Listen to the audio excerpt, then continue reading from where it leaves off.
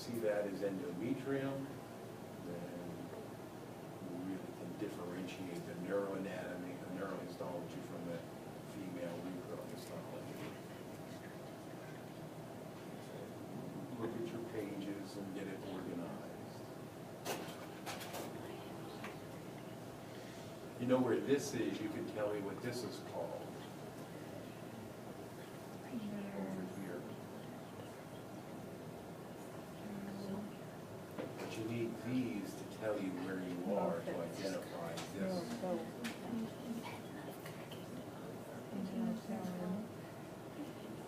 your first thinking, is this female histo or neurohisto?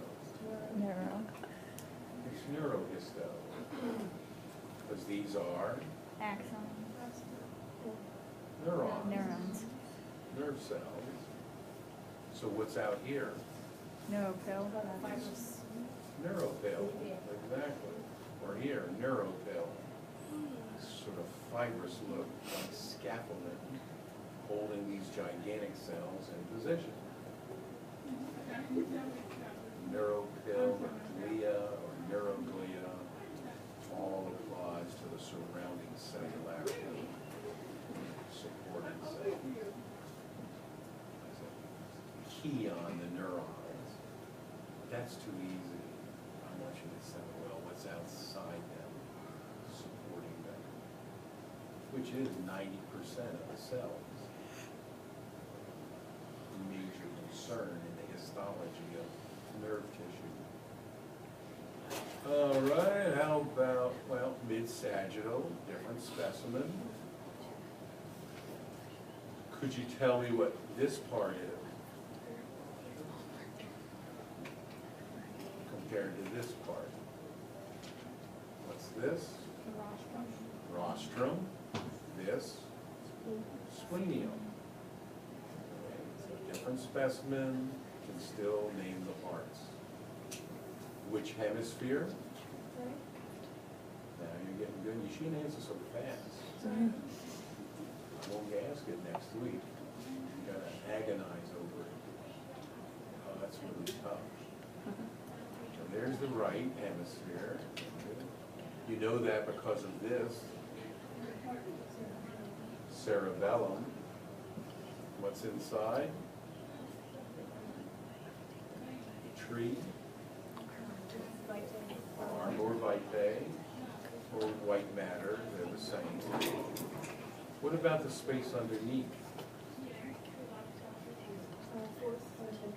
Fourth ventricle, always underneath the cerebellum. Right in there, fill your cerebral spinal fluid, floating your cerebellum. Fourth ventricle. So if this is fourth, what's up here? That's the third, actually connected by this little aqueduct. Third right there, what's the mushroom cap? There's the thalamus. Hypothalamus right below, but I like to key on the thalamus. That third ventricle right around it. You could tell me what this is. The upper swelling. So there's the pons. Cut off the medulla. So you're really only able to see the pons. Medulla was cut.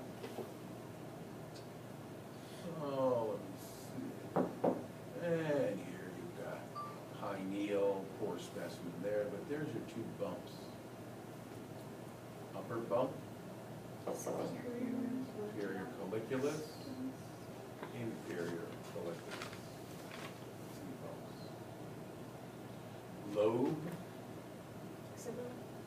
occipital, frontal, temporal, peeking out from underneath there. So those are all the structures for this specimen. Yes? What do you mean, as far as right and left ventricle compared to the third and fourth? So would the right ventricle be there, is this the right hemisphere? Right, so there's a membrane here, the septum pellucida. You know know what, zona pellucida, what's the septal pellucida? The very thin membrane. Now, this was a very careful section, because normally it gets torn away when you cut through the brain. And if you were to remove this very delicate membrane, you see a pocket inside, that's So the right ventricle. It's inside the corpus callosum, Right. of the right and left hemispheres. Right, that you pass into the cerebrum from the interior of the corpus callosum. So you would see that deep pocket. But here, I couldn't really ask you because it's underneath the little membrane. One we looked at before, you can see right through into the cerebrum. So I would never ask you about that in this specimen. But keep in mind, left lateral, right lateral, and then third and fourth for your ventricles. Okay, how about what this is from? I'd even leave the letters to help you. This is a section of, anything female repro or neurohisto? Neuro. Thing is, didn't use a special stain to turn the myelin black. It's just natural. But you see all the dots. Gotta be peripheral nerve, just a nerve. Epineureum, like dura, very thick and strong. Going to perineurium, much thinner on the inside. And then you got all your nerve fibers, all the little dots are the axons. And then the little tutu around it is the myelin. It doesn't stand out unless you use a special stain. But overall, just a peripheral nerve section. I usually like to use the black rings to really tip you off. Make it much more distinctive if I ask you about peripheral nerve.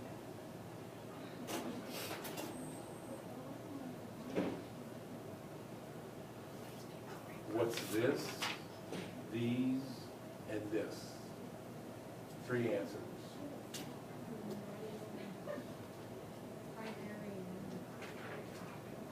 Primordial, primary. So this, Primordial. thick layer on the outside, strong.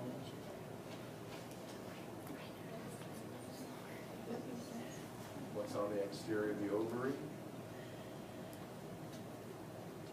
Tunica albuginea, just like the testis, outer tough coating.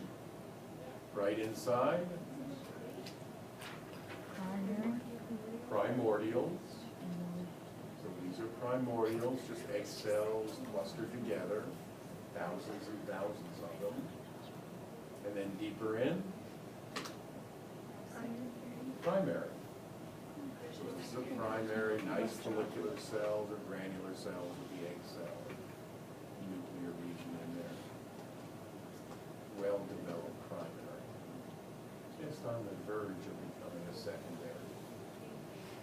That's good to show the sort of outside to inside. Tunica albuginea, primordials, and primary. I would even say this doesn't yet have an antrum. So that's a primary. But it's on the verge of becoming a secondary. Very good. Where's this from? Cerebellum. Way too fast.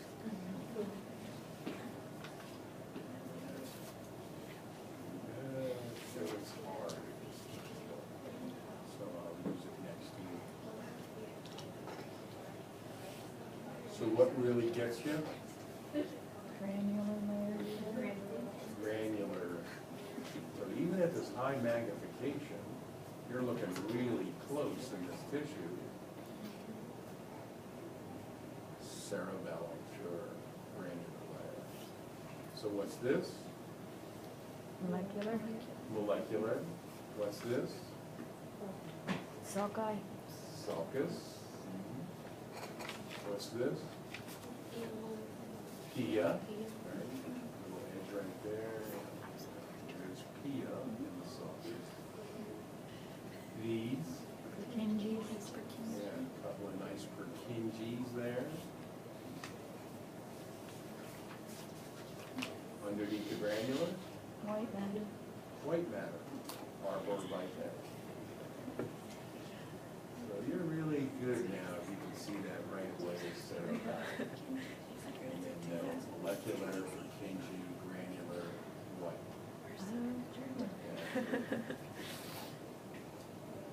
Good. I would never really use this, but it's such a tremendous specimen. Hundreds of hours of dissection to do a spinal cord right here. They even left some of the dura intact, that's showing off. Really difficult to keep that intact like that. But the bone and tissue that has to be removed to show this soft tissue is incredible. I thought, even knowing that this is a spinal cord dissection, you could still tell me the name for 12 and 13. Kona and What's Something. 12? Kona. Conus. 13? Something Kona. Claudia. You bet. The horse's tail radiating down to the lower extremity. But I would always have that much more magnified to clearly see the difference. Yes? Do we know, like, the exact reason why it frays out into the cauda equina? Well, it's a great question as to Like, what how does it happened change? from the day you were born until you attained adult stature. Grew. And that what actually has happened is that the conus was originally down in your coccyx when you were born. All right? So it was a solid mass right to the end of your spinal column. And then you started to grow. But there's a differential rate of growth between your cord and your skeleton. So as it happens, as you elongate, vertebral column extends, but the spinal cord itself has to now grow, only now its roots will extend from where they originally were coming out of the cord, which is way down in the sacrum. So as a result, what you're actually seeing is the elongation of the fibers that were right down in the foramina, down in the sacrum. So this is a result of your differential growth between the spinal column and the spinal cord. That gives you the cauda equina. But it is a great question, especially for those in pediatrics. You say, you have to be aware of different anatomy between the child and the adult. I don't know if I mentioned like doing a spinal tap. The best place to do it is at the conus, because there's a little more space right here. The needle can get in without touching the cord between L2 and L3. So in the adult, better to do it at the lumbar area. They put you in the fetal position if you've ever had one done, and now introduce the needle just underneath the dura. The CSF is to do a spinal tap or spinal anesthesia. Well, you see when done on a child, they do it up here in the neck, cervical. Why is that? Why don't they take advantage of the conus? There isn't. Because the conus is down in the sacrum. It's not up here in the lumbar area. So I say you have to know the difference in the anatomy between the adult and the child to say there's no advantage to doing it lower down. It's actually better to have the clinicians hugging the child, 2-year-old or 3-year-old in the now upright position, slightly sedated, and then go in cervical.